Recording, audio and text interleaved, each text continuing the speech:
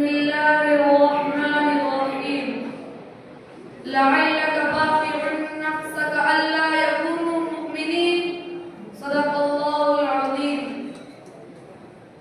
तेरी सीरत, तेरी सूरत, तेरा नक्शा, तेरा जलवा, तबस्सुम, गुफ्तगू, बंदा नवाजी, खंद पेशानी। मोहतरम मुकर्रम सदर आली वक़ार और मोहतरम सामाईन इकराम, छठी सदी ईस्वी में खालिक़े कायनात के इस तवील और अरीज़ सरज़मीन पर एक ऐसी दुनिया आबाद थी जहां जुल्म और सितम के आतिशफशा पहाड़ों से मक़हूर और मज़लूम इंसानों पर वहशत और बर्बरियत की शोअला फ़शानी का एक लामतनाही सिलसिला कायम था। बहते चश्मे और तलातुम ख़ैज़ दरियाओं के सतह तमव्वुज पर दरिंदगी और बहीमियत के शिकार सैकड़ों इंसानी खोपड़ियां तैरती नजर आ रही थी। शराब और कबाब की ऐसी ऐसी महफिलें कायम थी जहां ढोल, ताशे और सारंगी की आवाजें सन्नाटों को चीर कर खामोशी का मुंह नोच रही थी। चांद की पुरौनक चांदनी में हुर्रियत से भरपूर हसीनाओं और खूबसूरत दोशीज़ाओं के होशरुबा अंगड़ाइयों से पूरी पूरी मजलिसें पद्मस्त रहा करती थी। शीरखार बच्चियों को, मासूम दोशीज़ाओं को सिर्फ लड़की होने के पादाश में सैकड़ों मन मिट्टी के नीचे दबा देना जहालत की तारीकी में डूबे इंसानों का शब-रोज़ मशगला बन गया था। जुल्मत और गुमराही की इंतहा ये थी कि रूए ज़मीन का सबसे मुक़द्दस खित्ता खाना-ए काबा सरापा बुतकदा बना हुआ था, जहां हज़ारों इंसान अपने हाथों से तराशे हुए पत्थरों के सामने सरमसजूद हो रहे थे।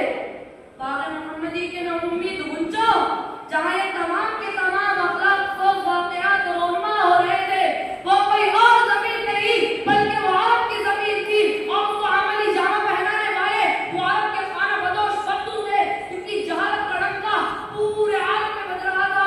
जहां एक तरफ अखलाकी ज़वाल का ये आलम था, वहीं दूसरी तरफ पूरा आलम इंसानियत खालिक़े कौन और मका से रिश्ता तोड़ चुका था कि वो ज़ुल्मत और कुफ्र से लबरेज़ और सलामत सरज़मीन थी जिसकी इस्लाह के लिए पैगंबर इनकलाब मोहम्मद अरबी सल्लल्लाहु अलैहि वसल्लम तशरीफ लाए। चुनांचे बिअज़्ज़त रसूलुल्लाह सल्लल्लाहु अलैहि वसल्लम से इंसानियत के ग़िज़ा रसीदा चमन शराफत के मज़मूदा गुलशन पर नई बहार आ गई। जिंदगी में एक करवट ली एक शायर के अल्फाज में, तेरे आने से रौनक आ गई गुलज़ारे हस्ती में, शरीके हाल किस्मत हो गई फिर फज़्ल रब्बानी।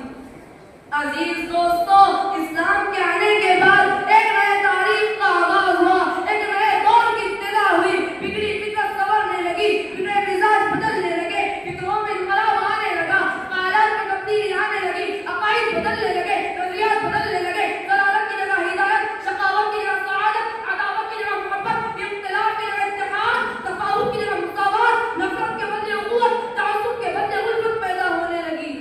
आखिर ऐसा क्यों ना होगा जबकि इंसानियत के तने मुर्दा में नई रूह फूंकने के लिए रहमतुल लिल आलमीन सल्लल्लाहु अलैहि वसल्लम तशरीफ लाए थे। आफ़ताब रिसालत फ़रहान की चोटियों से तुलू हो चुका था। ज़ुल्मत क़ज़ाए कुफ़्र और शिर्क में सदियों बाद अल्लाहु अकबर की सलाह बंद हुई थी। दलालत के माहौल में हिदायत की आवाज़ सुनाई दी थी। हाँ, मुझे कहने दीजिए कि उसने अरब ही नहीं पूरी दुनिया पर एहसान अज़ीम किया। उस उम्मी का पैगाम और पैगाम अरब ही नहीं अजम और फारिस तक पहुंचा। उसके अक़ीदे तौहीद ने इत्तेहाद का सबक सिखाया। उस नबी की दावत और उम्मत ने भाईचारगी और इज़्ज़त और कुर्बानी का दर्स दिया। उसकी हिजरत ने हक़ की हिमायत और नुसरत के लिए सरदार की बाजी लगाने की जुर्अत दी। अंसार मुहाजिरीन के दरमियान उनकी मुलाक़ात ने इंसानों के दुख दर्द में शरीक होने का सुनहरा दर्स दिया।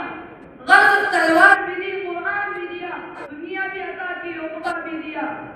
लिहाजा शायर कहता है, अरबाब नज़र को कोई ऐसा न मिलेगा, बंदे तो मिल ही जाएंगे मौला न मिलेगा। तारीख़ अगर ढूंढेगी सानी के मोहम्मद, सानी को बड़ी चीज़ साया न मिलेगा।